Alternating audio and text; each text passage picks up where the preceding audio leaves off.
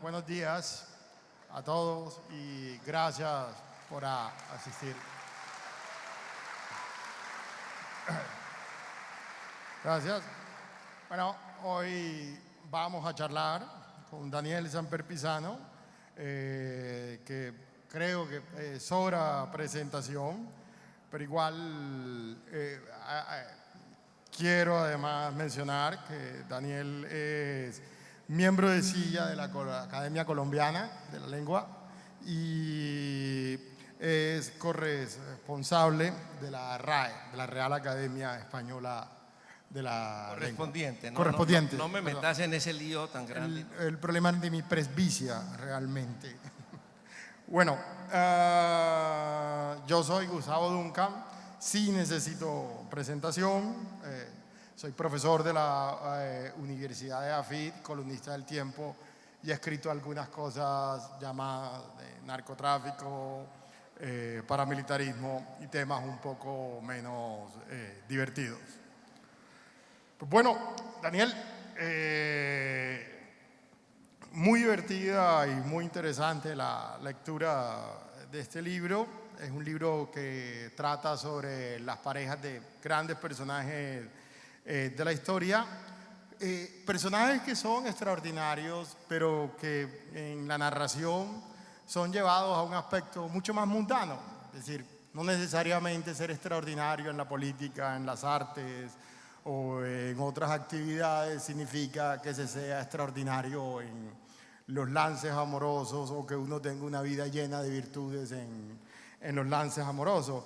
Y este es un tema que nos sirve para ponerlo en una dimensión mucho más humana a los personajes extraordinarios. Es esa la idea, el trasfondo que le estoy en el libro, ¿cierto? Bueno, primero quiero saludar a todos, especialmente a los calvos. Ustedes ven que la ONG Calvos Universales progresa. Ya logramos tener escenarios solo para nosotros y en primera fila ya están acomodados varios que a la salida participarán en la rifa de un sombrero. De modo que los quiero saludar. No ya es este. He hecho mis deberes. Usted no participa, hermano. Ya he hecho mis deberes. Estuve mirando la región y mirando a Jericó desde lo más alto de la catedral. No les recomiendo que suban porque después hay que bajar y el problema no es la subida sino la bajada, como pasa en la vida naturalmente. Muy bien, Gustavo ha tenido la amabilidad de aceptar por fraternidad capilar la presentación de esta conferencia y se está refiriendo a un libro que él va a mostrar ahora porque es interesante que ustedes lo conozcan, porque si no lo conocen no les interesa, si no les interesa no lo compran. Si ustedes no lo compran, ¿cómo pago yo las universidades de mis hijos? Este se llama Insólitas Parejas. Realmente es el segundo, no el segundo tomo, sino es el segundo golpe en una pequeña serie que he escrito sobre parejas muy raras, muy curiosas, pero que no son tan famosas como las que han llegado a Hollywood. Son parejas extrañas porque tienen matrimonios que han durado muchísimo o porque han tenido matrimonios en que son más de dos o porque es el matrimonio de un homosexual con una mujer que lo adoró muchísimo, etc. Son historias raras, pero historias interesantes e historias finalmente, como decía Gustavo, de seres humanos. En algunas de estas hay colombianos, en cada libro hay un colombiano. El primero fue don Rafael Núñez, y uno dice don Rafael Núñez, en fin, que se enamoró de doña Soledad Román. Doña Soledad Román era una señora solterona. Sé que los cartageneros van a protestar, pero espero que lo hagan solo al final. No le ayudaba para casarse, que tenía bigote, y finalmente Núñez se enamoró de ella porque Núñez era un tipo genial pero muy cínico y ella tenía una mano política tremenda, como tienen muchas de las mujeres de presidentes en Colombia y en el mundo. Y el caso es que ese está en el libro anterior, Camas y Famas. Él había sido casado varias veces, tenía matrimonio vigente ante la iglesia y la iglesia con enorme habilidad le dijo: no, señor Núñez, yo no puedo validarle su matrimonio. La iglesia colombiana, perdón, la iglesia católica no cree en la bigamia. Y con ese cuentico, Núñez estuvo viviendo con doña Soledad, pero sin el matrimonio católico, en Palacio cuando fue presidente. Ya saben que fue presidente 4 veces. Y con el mismo resorte, la iglesia logró cambiar la historia de Colombia. ¿Cómo la cambió? Porque le dijo a doña Soledad que estaba muy interesada en que le dieran la bendición el obispo, que no podían anularme el matrimonio, pero él dijo: yo voy a hacer una ceremonia que va a reemplazar esto. Y un día muy solemne, una noche muy solemne en el Palacio Presidencial, entró el nuncio apostólico del brazo de doña Soledad. Eso era más importante que ir a donde un cura que lo casara uno. Entonces así fue aceptada doña Soledad en la sociedad bogotana, que es una sociedad muy de dedito parado. Y así entonces doña Soledad se convirtió en un alma bendita. Eso le costó a Colombia años de atraso, décadas de atraso, porque por eso entró la Iglesia Católica, se metió en la Constitución de Núñez, la del 86, se le entregó la educación. Y gracias a eso, ya que además la iglesia le dijo: hombre, don Rafael, nos gustaría condecorarlo, el Papa quiere condecorarlo, Núñez dijo: bueno, he pasado de bígamo a condecorado, eso sí que es interesante. Y en efecto le confirieron la orden piana, que es lo más alto que confiere el Vaticano, y con la orden piana ya él entregó también el concordato.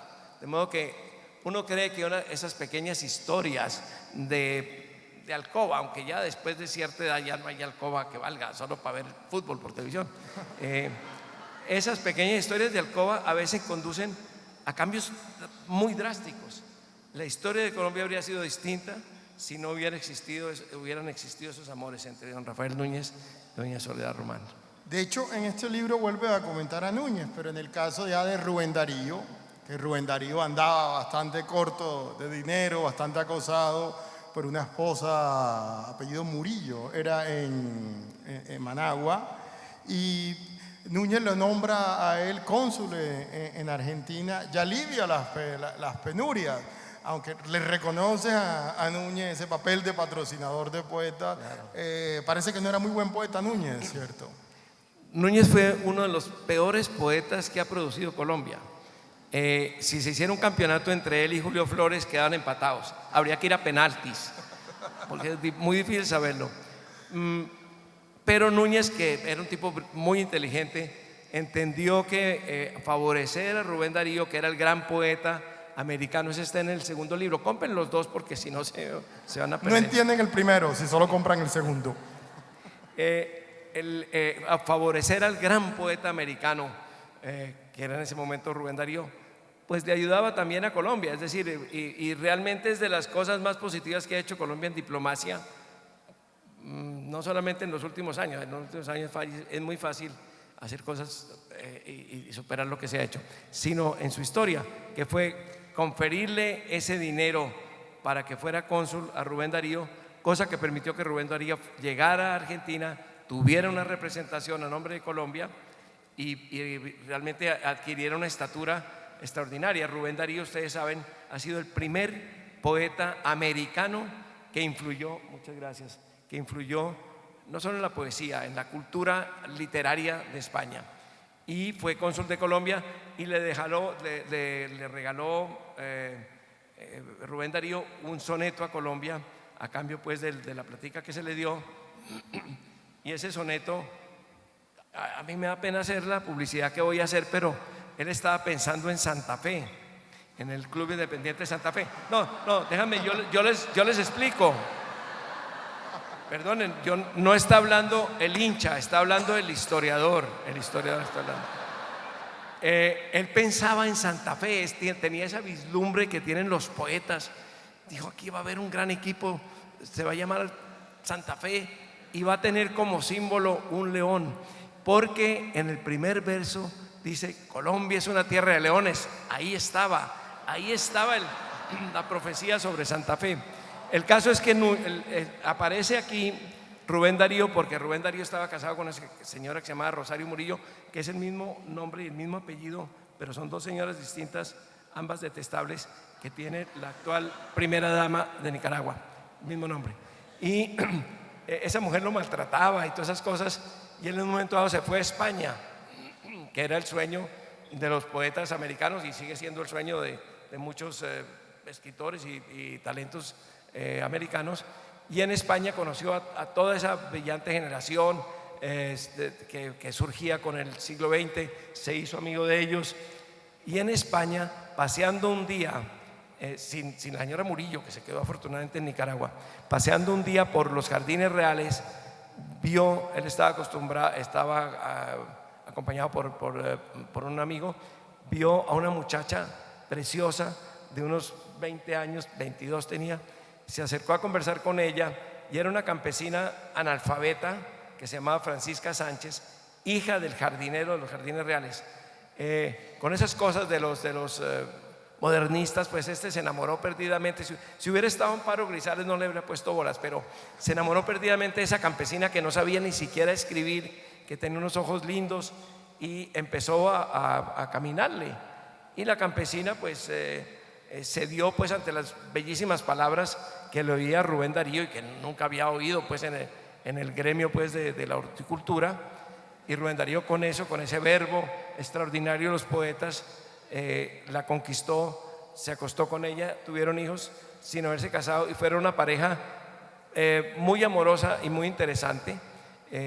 Finalmente Rosario logró que regresara Rubén Darío cuando ya era muy famoso, pensando que tenía mucho dinero, y Rubén Darío vino a morir no en los brazos de Rosario Murillo, afortunadamente, sino vino a morir en los de sus amigos, pues en la tierra donde había nacido, mientras Paca quedaba llorándolo en España. Es una historia muy triste y al mismo tiempo muy tierna, que está allí contada y que generalmente no llama la atención de los historiadores. Sí, y creo que hay que aclarar que no era solo que Rosario Murillo lo maltratara y que Rubén Darío fuera falto de carácter, sino que estaban los hermanos de Rosario Murillo, que eran unos trogloditas bastante peligrosos. Claro, a veces lo peor de las mujeres pérfidas no son ellas, sino los hermanos. Yo tengo muy buenos cuñados, lo advierto pues de una vez para que no haya dudas. Pero no hay nada peor que un mal cuñado. Y estos eran unos tipos tenebrosos de bala y de robo y tal, sí. Todo eso está allí contado también. Ahora bien, ¿por qué me meto en las alcobas a contar estas historias? Yo que ni siquiera leo las revistas del corazón. Porque creo que esos temas llaman mucho la atención a la gente, son temas muy humanos. Y a partir de allí procedo a contar no solamente historias de cama, sino procedo a contar épocas, personajes secundarios, pequeñas hazañas. Es realmente un paso hacia unas historias más largas, unas historias más completas y unas historias finalmente más importantes que estas otras. Lo que pasa es que estas otras a veces desatan las historias importantes. De la alcoba me detengo en eso y cuento cosas que ustedes no sabían y que no se imaginaban que pasaban, pero bueno, pero paso sobre todo a contar épocas y hay algunas de estas historias que luego han sido explotadas por la televisión. Por ejemplo, la del sultán. En el Camas y Famas cuento la historia del famoso sultán, y luego los turcos hicieron una telenovela, no me dieron ni un peso, y ahora el sultán es famoso y yo sigo siendo un tipo que viene a ver si me hacen el favor de entrevistarme. Hombre, yo soy menos famoso que me toca entrevistarlo. Pero esas historias definen mucho porque están diciendo cómo eran el contexto, la cotidianidad donde se desempeñaron estos hombres que por determinadas circunstancias fueron extraordinarios. El caso, por ejemplo, de Caldas, el sabio Caldas, que ha sido sumamente importante para la conformación de la nación colombiana.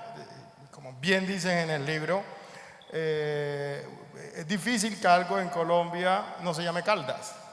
Desde ron, municipios, bibliotecas, etc. Hasta un equipo de fútbol. Sí, que logró ganar la Libertadores. A propósito, yo tengo la impresión de que Silva era de Millonarios y que por eso era la rivalidad con Rubén Darío. Si Silva silbaba era silbato, era árbitro, no creo que fuera. No, lo que dice sobre las historias que se cuentan allí es cierto. Es decir, muchas veces la historia pequeña sirve para pasar las historias mayores, y es el caso de Caldas. El caso de Caldas es muy importante porque Caldas fue un científico sumamente meritorio. Fue un científico de una mente muy clara. Tuvo la mala suerte de que era colombiano.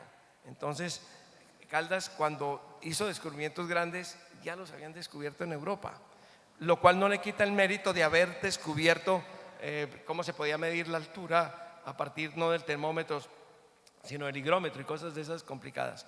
Lo cierto es que Caldas fue un gran científico, y yo me descubro ante el Caldas científico, pues nuestro primer gran científico, y tiene la fama de haber sido además un gran patriota y un ciudadano ejemplar. Estas dos últimas condiciones son las que yo me permito discutir en el libro. Concedido que era un extraordinario científico, de hecho, en un momento dado, para un grado mío, escribí una tesis sobre la labor de los científicos periféricos en la época en que Europa estaba avanzando a pasos agigantados hacia la industrialización y todo eso, y nosotros seguíamos descubriendo hojitas y todo eso, que era muy importante. Sin esas hojitas no existirían muchos de los fármacos que hoy existen. Bueno, pero esa es otra historia. Ya como patriota, Caldas fue un hombre que alentó la revolución, que era un tipo muy leído, tiene ideas claras, escribió en los periódicos donde escribió en favor de la libertad, escribió en favor de una nueva república, etcétera, etcétera, muy meritorio. Pero él tuvo un final muy triste como patriota. Ustedes recordarán que él fue apresado, llevado a Bogotá, lo apresaron en el Cauca, fue llevado a Bogotá, y en Bogotá condenado a muerte. Hay una carta, yo la habría escrito, se lo digo con toda sinceridad, yo habría escrito esa carta, pero yo no soy un prócer, yo soy un pobre pendejo. Pero Caldas escribió una carta, ni siquiera al virrey, a Enrile, que era un sinvergüenza que había mandado Morillo de la Avanzada y que fue el que resolvió acabar con todo lo que brillara en la nueva república, pasarlo por las armas, y ordenó la muerte de Caldas. Y él le escribe una carta que se pone uno colorado de las cosas que dice, repudia todo lo que ha hecho, dice que no, que él nunca creyó en esa tal revolución, que es lo que cree en el rey de España, que es lo que quiere es que lo dejen trabajar. Y le dicen a Enrile, que era un pobre idiota, le dice: usted que es un científico. Enrile era un sinvergüenza, no era un pobre, no era un científico. Yo le pido que me perdone la vida, y termina escribiendo una carta vergonzosa.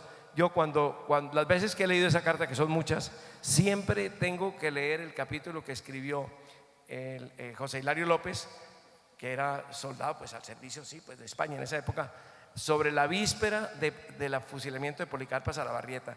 Esa mujer era una mujer de un valor, de una entereza. Yo hubiera querido 3 gramos de esa entereza para Caldas, se habría salvado su imagen, digo. Entonces yo escribí sobre Caldas y su imagen, y luego dije finalmente que como ser humano, Caldas era muy discutible. De él se ha dicho que era homosexual y tal. Eso me tiene absolutamente sin cuidado. Ese no es el problema que yo señalo, sino que Caldas realmente era un muy mal marido. Caldas era un pésimo, era un tipo que le mandaron la mujer buscada por datos. Cuando él había llegado a los 40 años, seguía solterón. Entonces los amigos de él eran de Popayán, ustedes lo saben, pero se había ido a vivir a Bogotá. Y entonces los amigos de él, tanto en Popayán como en Bogotá, estaban preocupados porque estaba adquiriendo un aroma un poquito de gay, que en esa época era terrible. Esto se ha normalizado y civilizado en los últimos 30 años, pero cuando yo estudié Derecho, el homosexual iba a la cárcel. Era una cosa realmente inhumana. Bueno, pues con Caldas los amigos temían que realmente, si no le ponían una mujer pronto cerca, podía acabar convertido realmente en un homosexual. ¿Y qué hicieron? Le escribieron a los de Popayán: mándenos una señora que esté como bien para casarla con Caldas. Y había uno de los amigos para pagar el maricómetro, básicamente. Repite la frase entonces, ¿qué ocurrió? Había un amigo que tenía una sobrina que había quedado huérfana, y dijo: no, ya tengo, le tengo la señora, se la tengo. Y buscaron a esta mujer, que era una mujer muy joven, que se llamaba Manuela María Barahona, y le dijeron, aquí está la mujer, y Caldas dijo, sí, perfecto. Nunca la había visto, él la vio por primera vez en la luna de miel, y ella también, eso es lo grave, ¿no? Entonces esta pobre chica la mandaron, primero Caldas dijo, yo voy por ella, Popayán, no sé qué cosas, nos casamos por poder, es decir, por no poder, y voy a Popayán.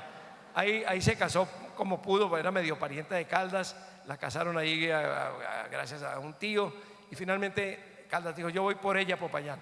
Luego escribió, no había WhatsApp, no había eso, las cartas iban en 15 días y volvían otros 15. Dijo, no puedo ir a Popayán porque estoy ocupado, pero en La Plata nos vemos. La Plata, Huila era el sitio obligado de paso para venir a Bogotá. Y luego cuando ella salió con una recue de mulas y 4 o 5, supongo que no sé, esclavos o cualquier cosa, que todavía había esclavos en Colombia y muchos estaban en el Cauca, él escribió, no, mira, no alcanzo a llegarte a La Plata, se había vuelto ya bogotano completo, Caldas. No te alcanzo a llegar a La Plata, pero te espero más tarde, te espero como en la mesa. Ella llegó a La Plata, se encontró con la carta que no llegaba a Caldas, entonces siguió. Nunca la había visto, él nunca había visto un retrato de ella, retrato digo pintado al óleo, ninguno había visto a la otra. Finalmente se encontraron en la mesa, es decir, en la cama, porque en la mesa fue la consumación del matrimonio que esta pobre mujer debió sufrir, porque Caldas era virgen en ese momento. Esas son cosas que yo les cuento a ustedes porque es necesario saberlo. Caldas era virgen, entonces debió ser un horror, y ella también debió ser un horror de luna de miel. Pero así y todo, se fueron para Bogotá, tuvieron por lo menos 5 encuentros sexuales, porque 5 hijos hubo, de los cuales murieron 3. 5 hijos hubo, pero él no le interesaba para nada el matrimonio. Le escribió unas cartas muy amorosas, pero totalmente retóricas, ¿no? Piénsame con tus ojos cuando no sé qué. Además, esas cartas pasaban primero por una censura del tío. El tío no quería dañar el matrimonio, se le quedaba la huérfana ahí y le tocaba sostenerla. Entonces llegó a Bogotá y imagínense esta idea, esta imagen. Caldas, 40 y pico años, muy malo en la cama, todo es de presumir, ¿no?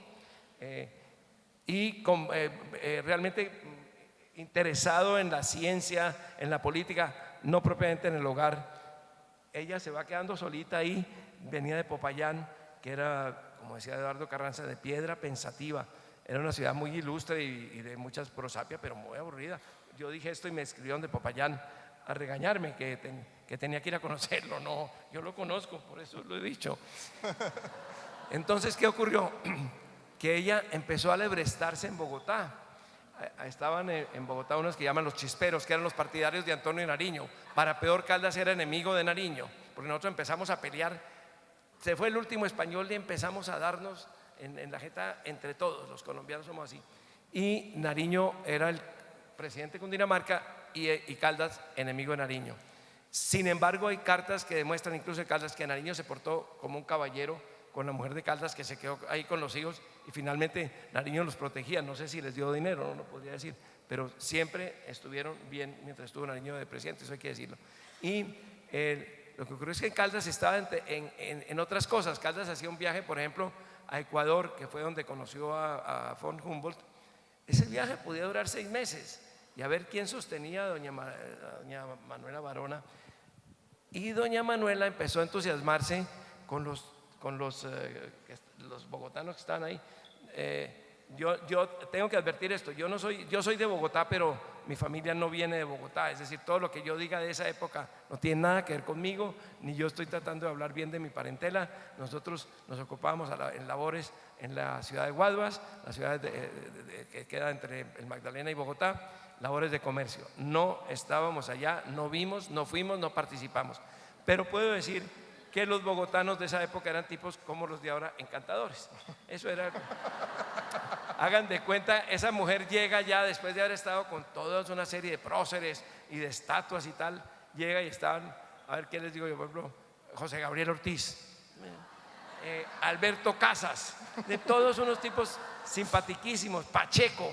No, eso era la dicha, era más o menos, esos eran los jóvenes bogotanos que también participaron en la guerra de independencia y tal, y les gustaba bailar. El cachaco es bailarín, el cachaco baila bien, entonces les encantaba bailar y les encantaba bailar con mujeres bonitas. Y doña Manuela era bonita, no hay de ella retratos. Ahora cuando termine este capítulo les diré algo sobre eso. El caso es que ella quedó flechada. Yo no digo que iba y hacía striptease en las fiestas, eso nadie lo ha dicho, no lo he dicho yo. Pero hay cartas en que Caldas le recrimina su amistad con estos jóvenes bogotanos. Y yo entiendo, es decir, ella seguramente le encantó ver una ciudad, era Nueva York para ella, que venía de Popayán. Nueva York era Santa Fe de Bogotá. Y obviamente el esposo tampoco le prestaba mucha atención, así que tenía motivo por lado y de lado. ¿Por lado y lado dice usted? Es probable. Yo no lo sé. ¿Quién soy yo para afirmar esas cosas? Me gusta que es bien entendido. En síntesis, cuando Caldas se levanta contra Nariño, se va a vivir a Boyacá y ella queda prácticamente abandonada. Sin embargo, no hay grandes quejas sobre la conducta. No quiero defender a Nariño, digo que ella la trató mejor la ciudad que el propio Caldas. Ahora bien, Caldas seguía siendo un gran sabio, un tipo muy valiente, hasta el momento en que escribe aquella carta famosa. Luego se dedica, porque esas son las cosas tristes de los colombianos, ese científico termina dedicado a ver cómo puede hacer armas más baratas y mejores que las otras, y lo hace, perdónenme, pero aquí en Antioquia. Él se viene a trabajar como guerrero, fabricante de armas al servicio del dictador Juan del Corral. Sí, ahora, es curioso que generó un debate la idea de Caldas homosexual, y hubo muchas quejas de la gente de Cauca. De hecho, el debate se dio alrededor de lo que dijo Gardiazabal, pero pareciera que hubiera un desconocimiento de otros sectores. Por ejemplo, la comunidad gay en Colombia no ha sido capaz de reclamar en Caldas uno de sus símbolos. Si es un símbolo de la nación, ¿cómo no va a reclamar, digamos, nuestro primer gay, por decirlo de alguna forma, en la formación de la nación? Y al contrario, lo que surgieron fueron los prejuicios de los caucanos. Y de los colombianos en general. Yo le apuesto que de cada 100 colombianos, si uno le dice, es que Caldas vamos a elegirlo como ícono gay, los gays se van a poner muy contentos. Yo también, porque respeto la vida privada que cada quien escoja. Pero la mayoría van a decir, no, déjenlo quieto. No le digan que es marica al sabio Caldas. Claro. Que ahora, lo interesante es que los primeros que se lo dijeron fueron sus contemporáneos. Al sabio Caldas le tenían como apodo, y eso ofendió mucho a los de Popayán, pero ¿qué hacemos? Pero reconocen que era así. El sabio Nalgas, le decían. Y el remate que quería ofrecerles es que Caldas es muy famoso. Yo vivo orgulloso de Caldas como científico.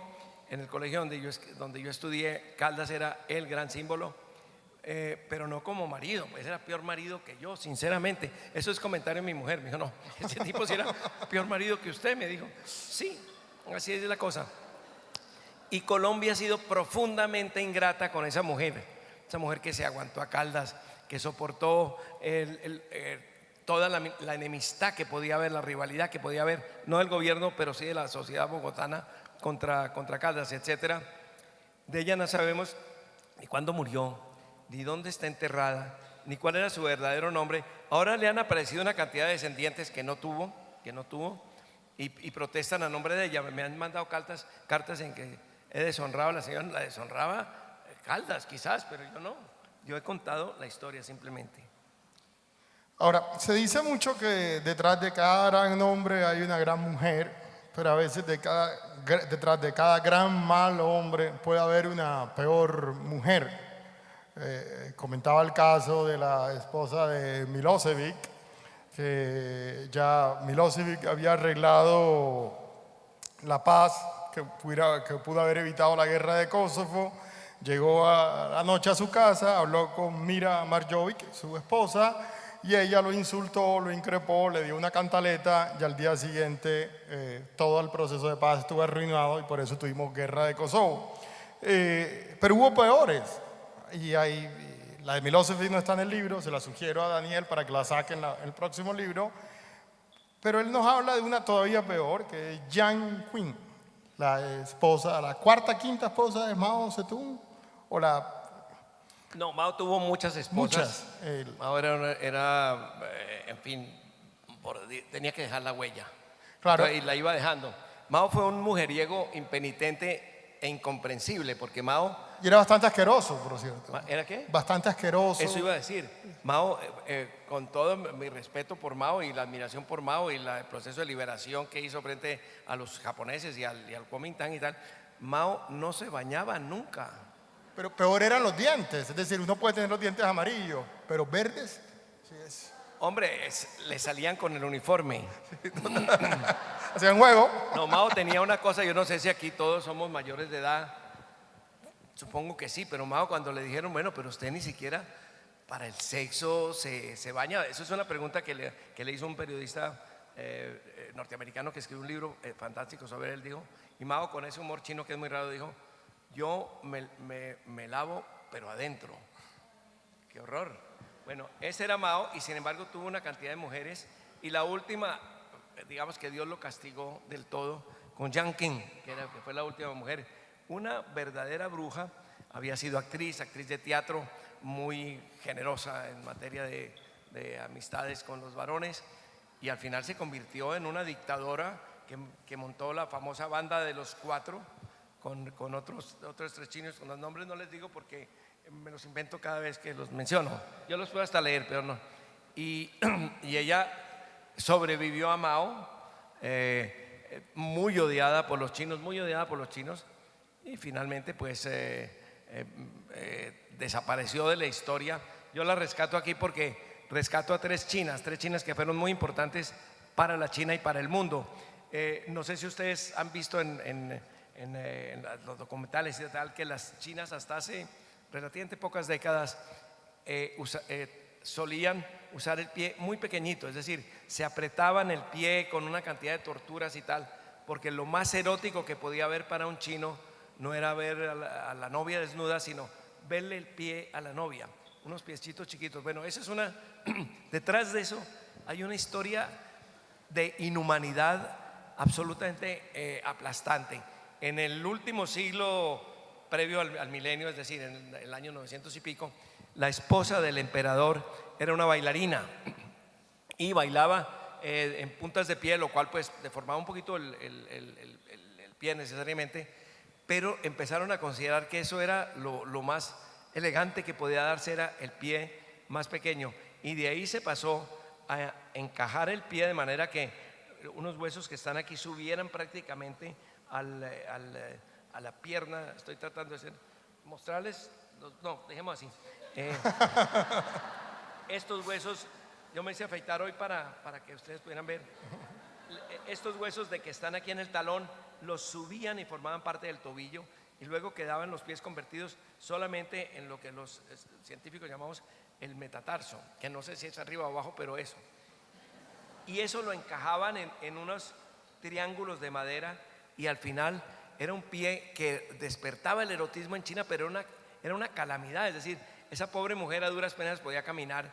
Cuando yo estuve en China en el año 77, todavía se veía en la calle en Hong Kong, perdón, en Hong Kong no llegó, pero se veía en Beijing y se veía en Shanghái viejitas de 80 y 85 años apoyadas en dos bastones o en dos nietos que avanzaban con dificultad, unos pies de muñeca terribles. Bueno, pues esa imitación del pie de aquella famosa emperatriz le significó a las chinas de la China 1000 años de torturas. Entonces, Gustavo decía, ¿por qué la comunidad gay no ha reivindicado el derecho de Caldas al homosexualismo y haber tenido un homosexual tan importante? Yo me pregunto, ¿por qué los movimientos femeninos no han protestado por 1000 años de torturas de las mujeres de la China, millones de mujeres de la China realmente deformadas y tal, a raíz de una moda? Eso yo creo que el mundo no lo sabe y el mundo tendría que saber. Sí, la silicona no es nada comparado con eso. ¿Ah? La silicona no es nada comparado con eso. No, la silicona es a favor, digamos. A favor. Esto era terrible. Pero bueno, les quería contar que estas historias yo no las cuento por chismoso ni nada. Yo lo hago y esta es la parte más seria del asunto. Pregúntamelo, yo te lo digo. ¿Por qué haces esto? ¿Ah? Sí, ¿por qué haces estas cosas? ¿Por qué haces esto? Iba a comentar otra cosa, pero no, ¿por qué haces esto? Me encanta la pregunta. Realmente Se me acaba de ocurrir. es que yo les ayudo mucho porque soy entrevistador y periodista, yo les ayudo a mis colegas. Entonces, ¿por qué hago esto? Porque me parece que el país tiene un problema muy grande por su ignorancia de la historia. Yo trabajé 50 años en el tiempo y una de mis misiones era recibir cuando llegaban los muchachos nuevos de los cuales iban a seleccionar 4 o 5 para la redacción, reunirme, bueno, había todo un mes entero de entrenamientos y tal, y yo formaba parte del equipo de profesores que les enseñaban cosas. Más que preguntarles, perdón, más que responderles o decirles, yo les preguntaba cosas de historia de Colombia, elementales, cosas que pueden saber, qué sé yo, un ministro, digamos, cosas muy elementales. Entonces, les pedía este ejercicio. Vamos a retroceder en la historia y llegar hasta el año 30. ¿Cuáles han sido los presidentes de Colombia desde acá hasta el año 30? ¿Por qué? Porque el año 30, pues realmente todos lo sabemos, es un año que cambia la historia de Colombia, es cuando sube, en fin, los 4 gobiernos liberales, etcétera, etcétera. No entro en detalles sobre eso porque no quiero que esto tenga un tinte partidista que no lo tiene. Era imposible que pasaran de Rojas Pinilla. El que más sabía llegaba a Misael Pastrana, pero lo llamaba Andrés, el que más sabía. Y detrás de Rojas Pinilla se ignoraba por completo, y al ignorar los presidentes se ignoraban también todo lo que había pasado en la época de la violencia, en la época de la caída del Partido Liberal, los actos de corrupción, etcétera, etcétera, etcétera.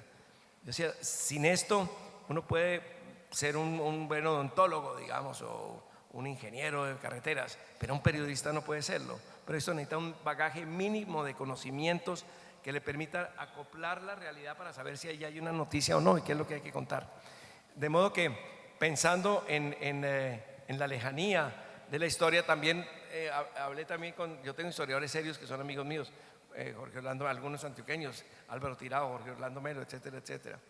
Y llegamos a la conclusión, o llegué yo a la conclusión gracias a las luces de ellos, de que realmente la historia hay que empezar a contarla de otra manera, de las maneras como la cuentan los grandes historiadores como Álvaro y como Melo, pero también de una manera que atraiga a la gente que no lee historia. Los tratados de los historiadores colombianos modernos son muy buenos, son de verdad muy buenos historiadores, pero para llegar allá hay que subir una escalera que la gente no sube. Yo he querido poner humildemente algo de esa escalera, y es escribir con humor sobre la historia. Y he escrito, aparte de estos libros, pues son ya sobre distintos temas históricos, sobre la historia de Colombia, un libro que se llama Lecciones de Histeria de Colombia, sobre la historia del mundo, un libro de título muy bonito que se llama Breve Historia de este puto mundo, y también sobre el Antiguo Testamento. Entonces tengo una pequeña colección, repito, muy modesta, de historias contadas con humor. Y nada me gusta a mí, bueno, me gusta mucho cuando ganan mis equipos. ¿Alguien sabe cómo va el Barça en este momento? ¿Quién sabe 0-0. 0-0. Qué bien, hombre, aquí hay gente inteligente y decente que en vez de oírme a mí está mirando eso. Este es el mayor sacrificio que yo he hecho en mi vida, lo he hecho por Jericó, Antioquia, que fue no ver el partido del Barça y venir a hablar. Afortunadamente. Pero yo quería hacerle... Afortunadamente cuento con la ayuda de un gran colega como él. ¿En qué minuto van, perdón? No, pero Antes de que hagan el gol, porque tampoco quiero dar la imagen de que todo detrás de cada gran mal hombre había una peor mujer.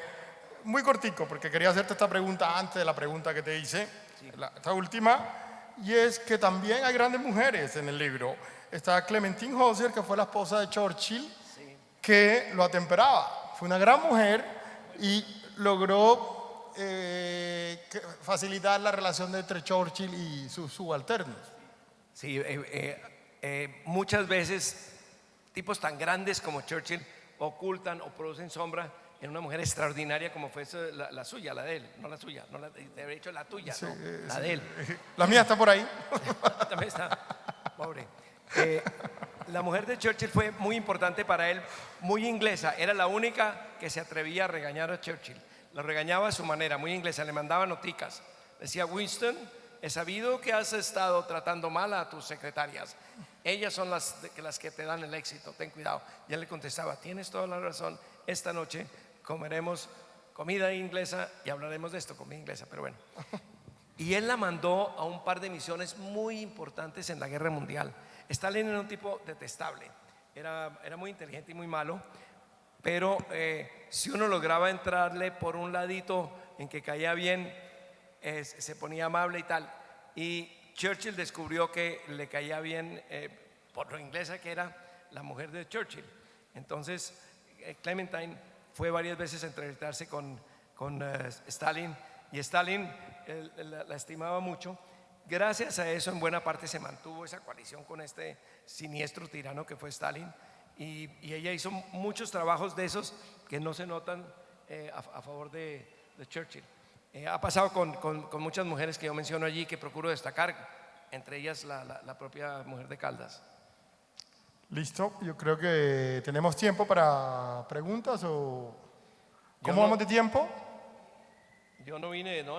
¿Bien? ¿O seguimos conversando? Estamos muy bien. ¿Cómo va el partido? Sí. ¿Ya terminó? No. Minuto 30. Demorémonos 15 minutitos más ustedes. Si hay gol del Barça, se paran y gritan. Si no hay nada, se quedan sentaditos porque... Bueno, no, yo creo que tenemos todavía Todavía hay algo que tiene el libro ya más allá del contenido, y es la forma. Me gusta mucho porque tiene un lenguaje bogotano, y lo digo en buen sentido. Es como decías tú ahora, de cómo eran los bogotanos el momento en que Caldas llega, y es un lenguaje que además trasluce todos, las virtudes, prejuicios, cómo miran el mundo. Además es un libro desde el punto de vista del bogotano culto actual.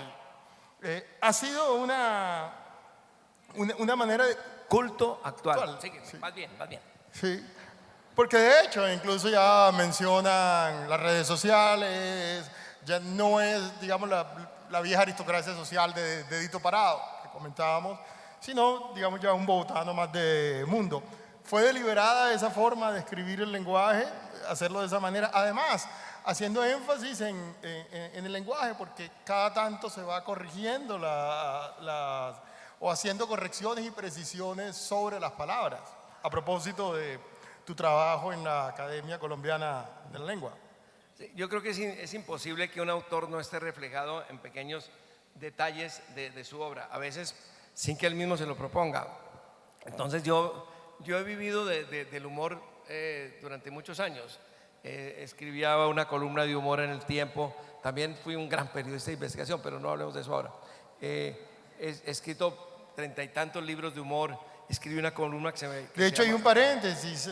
Yo, por mi trabajo, la vida real, estudio es narcotráfico. Yo hice una revisión de prensa de los años 80, y efectivamente ahí hubo mucha investigación sobre esos primeros años del narcotráfico, incluso cuando empezaron a hallar los rinocerontes e hipopótamos al país. Claro. ¿Gol? Hay comentarios odiosos. No comenten pendejadas, solamente interesa lo que digan sobre el gol. Bueno, aquí somos vegetarianos, venga. Entonces, sí, es imposible que uno no esté reflejado. Yo escribí también una comedia infantil que se acabó porque ya los niños tenían 40 y pico años y ya sufrían de lumbago, entonces tocó acabarla.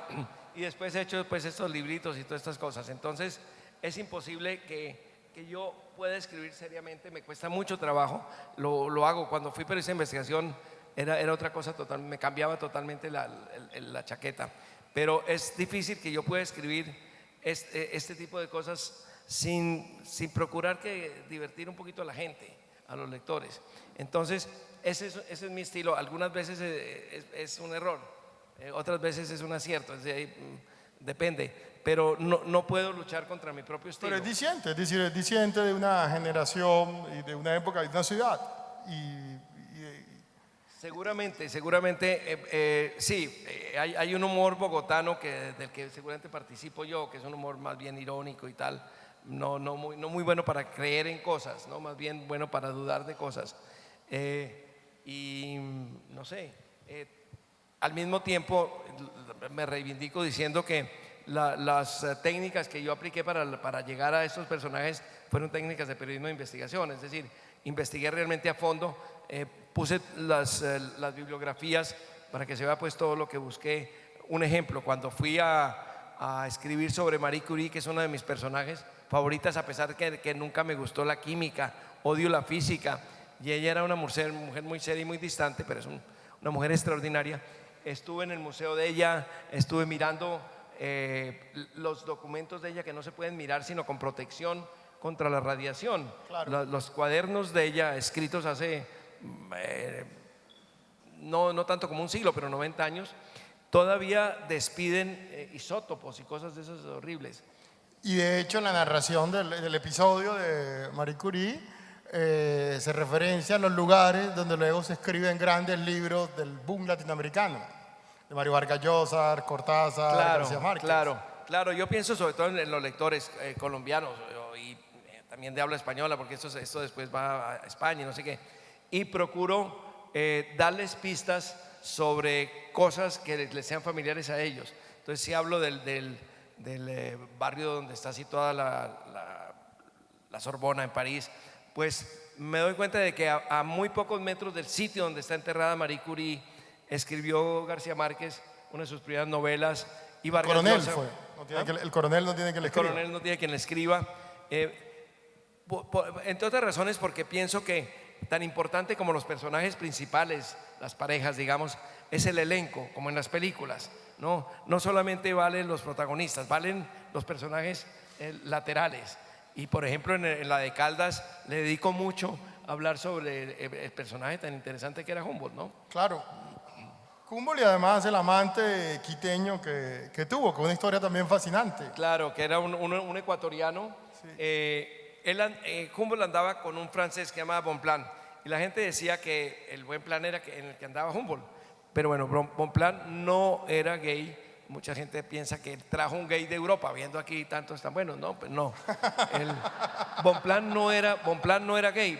Bonpland era un compañero científico, y es más, estoy trabajando algunas cosas sobre Bonpland, a ver si puedo escribir algo sobre él. Él finalmente va a Francia, lo hacen jardinero real y le entra la nostalgia absoluta de América. Y dice, no, ¿qué hago yo aquí en París? Qué ciudad tan aburrida, por Dios. Yo quiero en mi selva, mis caimanes. Se regresa a América, se casa con la hija de un cacique por allá en Paraguay y muere en América. Es un personaje fantástico, los tengo bastante calibrado. Sí, ahora, Marie Curie dice, de hecho al final, luego que muere Pierre Curie, su esposo, ella consigue un amante que estaba casado, y habla ella de la necesidad del respeto de la vida privada. Y el problema de estos libros, porque la vida privada es fascinante, pero el problema es que este es un libro que, si uno quiere ser respetuoso, tiene que escribir de personas muertas. Son libros que no se pueden escribir de personas vivas. Hay personas muertas y hay personas muertas de las ganas de que escribas uno sobre ellas. Claro, y quisiéramos que se murieran rápido para poder escribirlo. Claro. Lo que Gustavo dice sobre Marie Curie es interesantísimo, porque era una vieja muy fría. Se casa con un científico famoso de París.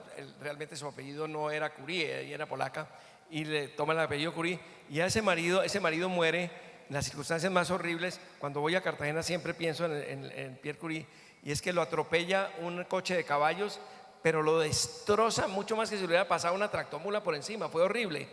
Pero eran percherones grandes, era un caballo pesado, eran coches pesados. No creo que un coche en Cartagena lo mate a uno. Yo no sé. Es aliciado, pero... Yo oigo los coches en Cartagena, lo que este cartagenero está defendiendo su tierra. Yo oigo un coche y me quito. Y después, 10 años después de haber enviudado, se enamora perdidamente de otro profesor menor que ella, casado con 4 hijos, y tienen durante un año y piquito un romance de una torridez fantástica.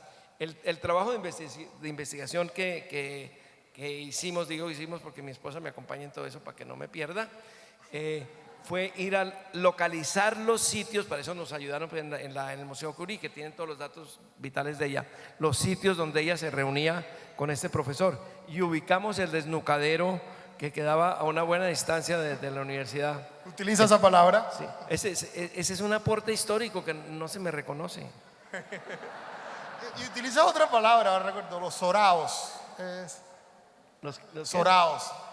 Utilizo varias palabras, inclusive. Soraos, esa palabra, es decir, uno infiere el significado, pero esa palabra ¿dónde proviene? Soraos. Mira, un académico no le pregunte eso porque se puede sentar aquí 3 horas a decirte etimologías. Tenemos 3 minutos, creo. No, yo puse todos los significados que hay porque es muy divertido. Meublé en Argentina. En fin, hay todos los demás que tienes ahí. Y a menudo, lo habías dicho anteriormente, lo cual quiere decir que si leíste el libro, me entretengo con cosas de las palabras. Y no solo las palabras en español. Yo soy de los que cree que todas las lenguas son interesantes, importantes, vitales, y tanto quiero más al español porque como del español y mis nietos comen del español, pero también me interesa el inglés, me interesa el francés, los que ignoro me interesan más que los demás. Entonces verán ustedes citas en varias lenguas que pueden soltar en las visitas con disimulo y quedan bien, hasta latín también. Sí, buenísimo. Bueno, me avisan que ya, ahora sí, se acabó el tiempo. Entonces, miren, aunque ustedes no lo crean, aquí hay una salida secreta a la calle, y esa solo la conocemos, de hecho yo no la conozco, la conoce solo Daniel. Y él si quiere firmarle los libros que vayan a comprar, pero no se los va a firmar aquí porque él va a tomar la salida secreta y se los va a firmar afuera en las carpas de Confama con la Librería Nacional. Ahí también están mis libros, que no son tan divertidos, pero si los quieren comprar, vaya y venga. Él tiene un libro sobre la historia del ciclismo de altura en Colombia, que es muy bueno. Muchísimas gracias por haber venido. 0-0. ¿Terminó el partido? ¿Cuánto va el partido? 0-0 el partido, 2 punticos, un puntico que se lleva el Barça. Bueno, muchas gracias, muchas gracias.